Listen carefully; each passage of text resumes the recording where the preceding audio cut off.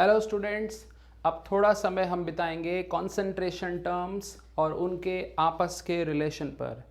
जब students molarity, percentages और mole fraction से डील करते हैं तो उन्हें सबसे ज़्यादा चैलेंज आता है कि वो एक कंसंट्रेशन टर्म को दूसरे में कैसे बदलें।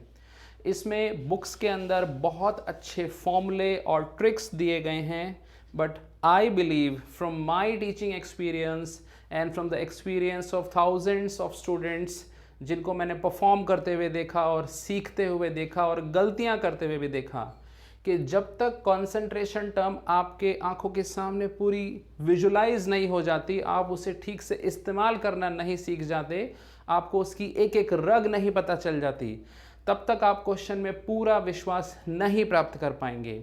और एग्ज़ाम में यही चीज़ हमें सबसे ज़्यादा चाहिए कि कॉन्फिडेंटली किसी क्वेश्चन के ऑप्शन को सेलेक्ट कर पाएँ। तो इस चीज़ को एक एग्जाम्पल के थ्रू समझने के लिए हमने मोलैरिटी लिया है। मोलैरिटी सबसे ज़्यादा इम्पॉर्टेंट, सबसे ज़्यादा यूज़ किया जाने वाला कॉन्सेंट्रेशन टर्म है, और हम इस मोलैरिटी से अलग अलग कॉन्सेंट्रेशन टर्म्स में जाएंगे, जिसमें सबसे इम्पॉर्टेंट है परसेंटेजेस में ये दो, और फिर एक इम्पॉर्टेंट कॉन्सेंट्रेशन टर्म है molality, and finally will come to the mole fraction. अब क्वेश्चन हमें सिर्फ इतनी सी बात बताता है कि there is a solution of urea in water. उसमें सॉल्यूशन के अंदर मोलैरिटी ऑफ यूरिया है 2 मोलर, यानी 1 लीटर में 2 मोल यूरिया है, और उसका डेंसिटी दिया गया है 1.2 ग्राम पर ml। इसके अलावा क्वेश्चन और कुछ नहीं कहता, बस पूछ लेता है ये सब बताइए। इसमें एक बात ओपन छोड़ दी गई है, वो ये कि सॉल्यूशन का अमाउंट यानी साइज कितना है, और यही छुपा है सबसे बड़ा क्लू, जो सबसे ज़्यादा चैलेंजिंग भी हो जाता है। जनरली स्टूडेंट इसे वेरिएबल में एज्यूम करके चलते हैं, जो मुझे लगता है उलझने का ज़्यादा अच्छा रास्ता है। वेरिएबल इमेजिन करने से अच्छा आप अगर डेटा इमेजिन करें तो क्वेश्चन ज़्यादा स्मूथ हो जाता है। क्योंकि क्वेश्चन किसी भी अमाउंट की बात नहीं कर रहा, तो हम मोलैरिटी के अंदर चलते हैं।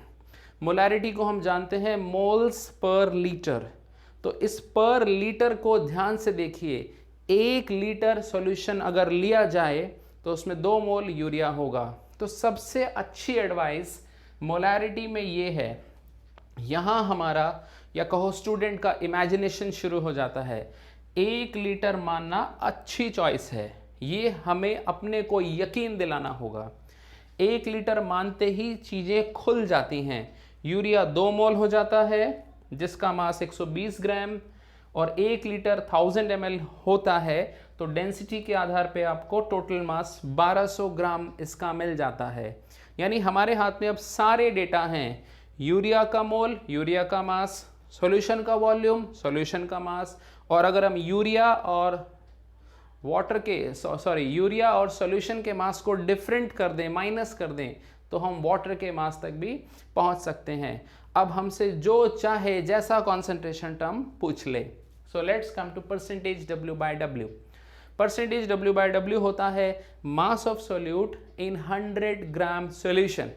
तो हम जानते हैं 120 ग्राम कितने ग्राम में है, 1200 ग्राम में, तो ये रहा इंटू 100। जैसे 1200 मार्क्स का पेपर है, आपके 120 मार्क्स आए तो कितने परसेंट मार्क्स आए, तो बच्चों 10% मार्क्स आए, राइट। अब रही बात परसेंटेज W by V की, यानी मास of solute in 100 ml solution.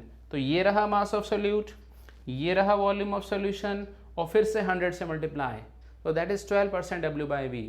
एक बात गौर से देखिए, परसेंट W by W में आप डेंसिटी को डायरेक्ट मल्टीप्लाई करके ये पता लगा सकते हो, लेकिन वो बुक वॉर्म के लिए है, फॉर्मूला है, इस्तेमाल करना पड़ेगा, याद करना पड़ेगा।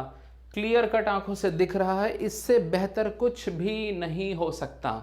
अब रही बात मोलैलिटी की।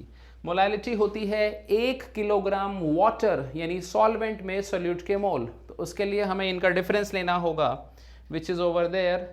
तो 2 mole urea in 1080 gram water into 1000, तो यू गेट 50/27 मोलल, जिसको आप न्यूमेरिकली डेसिमल में एक्सप्रेस कर सकते हो। और फाइनली मोल फ्रैक्शन, ये भी बहुत प्यारा कॉन्सेंट्रेशन टर्म है। इसका मतलब होता है moles of solute divided by total moles of solution, यानी एक मोल सॉल्यूशन में सोल्यूट कितना है। तो ये रहा यूरिया का मोल 2/2 प्लस पानी का मास ये रहा 1080 divide by 18, so you get 1/31। सो जब भी आपके सामने कॉन्सेंट्रेशन टर्म का सवाल आए, डेटा एज्यूम करने से मत हिचकिचाइए। अगर क्वेश्चन डेटा देने में चुप है और आपसे और चीज़ें पूछ रहा है तो आप बेझिझक होके 1 लीटर, 1 किलोग्राम, 100 ml, 100 ग्राम मानकर शुरू करो और बाकी सारी चीज़ें फाइंड कर सकोगे। So if you have this confidence, I believe आपके लिए कॉन्सेंट्रेशन टर्म कभी प्रॉब्लम नहीं बनेगा। Now you concentrate on your studies. Thank you.